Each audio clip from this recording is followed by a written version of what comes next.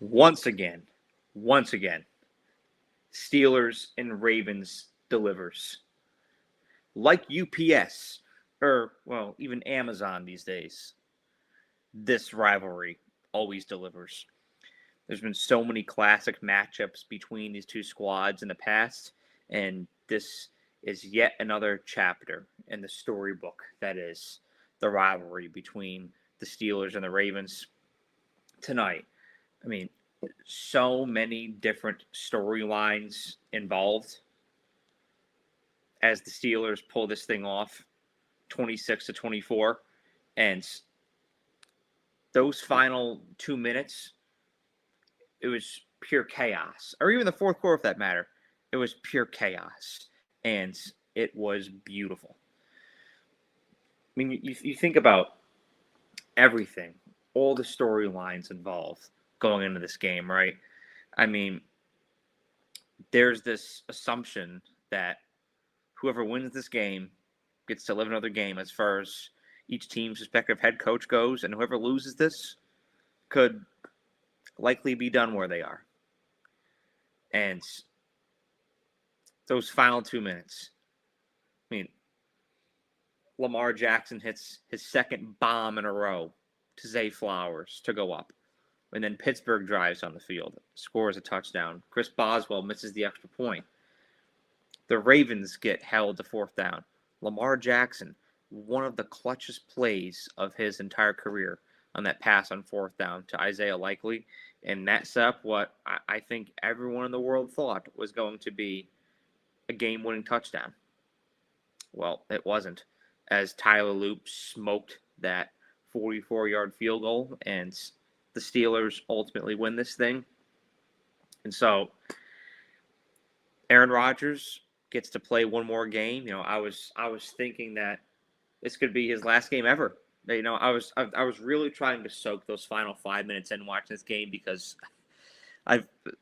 Aaron Rodgers is, when I really go back and think about it, Aaron Rodgers is the first quarterback that I've watched from start to finish like that. Where I remember the first legendary quarterback that I've watched from start to finish. You know, he started in 2008 with the Packers after Brett Favre. And, you know, watch him have all those years in Green Bay, all that success, and then go to the Jets. That was kind of weird. And now Pittsburgh. And he's that first legendary quarterback that I've watched from start to finish. And I was really thinking that I was watching my final moments for a few minutes. And, well, the Steelers find a way to hold on. That was absolutely unbelievable. And you could see the look of shock on the Ravens sideline. Lamar Jackson's face, Derrick Henry's face. They couldn't believe what the fuck they just saw. They couldn't believe what the fuck they just witnessed. And so, and I got to say, too, both of these teams played with maximum intensity tonight. And I wouldn't expect anything less out of this rivalry. But guys are flying around the field tonight. I mean, the passion, the energy, the tenacity. It was awesome. And symbolic of every Steelers-Ravens game that we've seen in the past. And I also think it was kind of cool, too, that Catholic priest blessed the end zone with the holy water that Tyler Loop missed the field goal in. Like that storyline is unreal as well. I mean, you know, there's a huge Catholic population in Pittsburgh, so it was really cool seeing that divine intervention helping the Steelers hold on. I'll preview the matchup with the Texans here once this thing gets done, but yeah, you know, first let's talk about the winners. Let's delve into the Steelers stats for a few minutes. So the Steelers had 40-plus-year-old Aaron Rodgers throw 47 times tonight. Jaylen Warren only had 14 carries, which I thought was kind of crazy. But that Ravens secondary is porous. It's like Swiss cheese. I'll get into that as well. So I think that the Steelers' game plan was let's just try to penetrate that as much as we can. And there was no DK tonight, right? No DK Metcalf. He's suspended for 2 weeks. There was no Darnell Washington. He was added to the injury report this Wednesday, and so he didn't play. I was expecting there to be more of a Jalen Warren presence than there was tonight, but he had 66 yards. So I mean, you can say that he did enough. And Kenneth Gainwell had a couple really huge, really clutch receptions, and shout out to Calvin Austin for having what ended up being the game-winning reception for the Steelers. But yeah, with both Darnell Washington and DK Metcalf being out, I was expecting this to be more of a rushing attack for the Steelers tonight, and no, it was more passing. Aaron Rodgers throws the ball almost 50 times tonight, and this thing was not perfect at all for the Steelers. I mean, you got out of this thing with a win. You're a Steelers fan, especially you're there. You're looking at that thing. It's a 44-yard field goal. You're thinking, yeah, this is it. This is our season. God intervenes. Tyler Lue misses that thing. You win.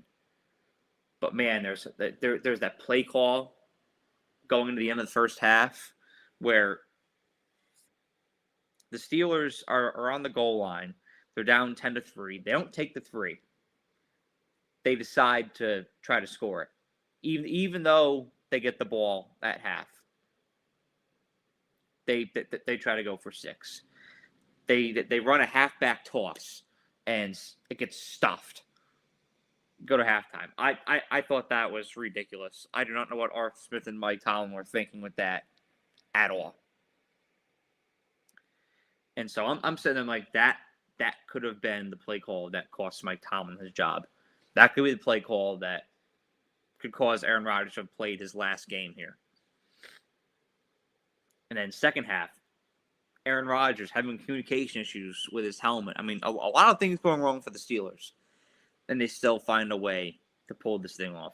It was incredible to see. I mean, I'm happy for guys like Aaron Rodgers, for Cam Hayward, just being able to get one more game, because this could likely be it for both those guys. Whichever game is their last this year, that could likely be it.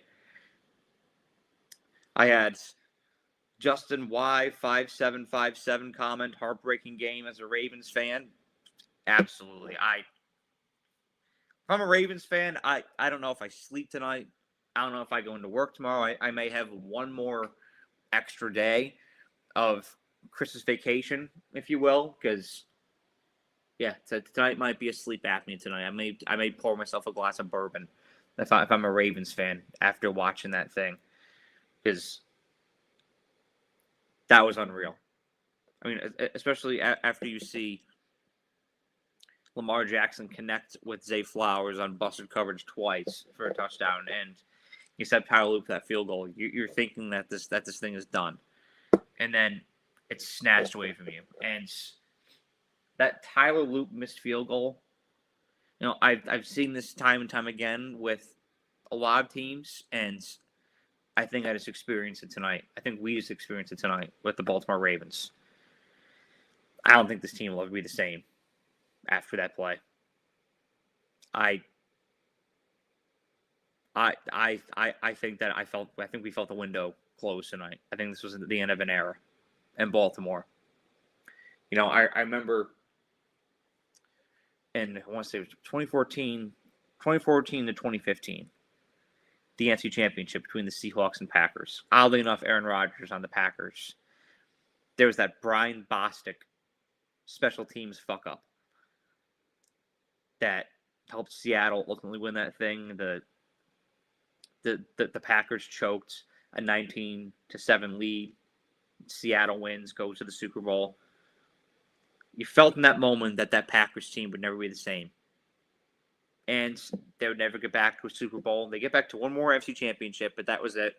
And the relationship between Aaron Rodgers and Mike McCarthy just started to wane, just started to regress.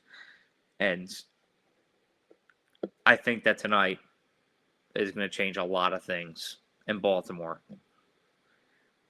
Now, as far as that defense goes, there's going to be a lot of improvements that need to be made because I'm used to Baltimore having just these stingy defenses.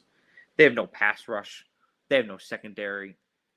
It's pathetic right now for Baltimore defense. So that front office has their hands full this offseason when it comes to beefing up that defense overall. I think Lamar Jackson's going to stay put where he is. I know there's rumors about him going to Miami or going to Atlanta or wherever the hell. I think Lamar Jackson stays put.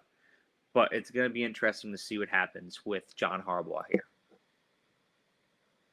Does Baltimore hold on to him?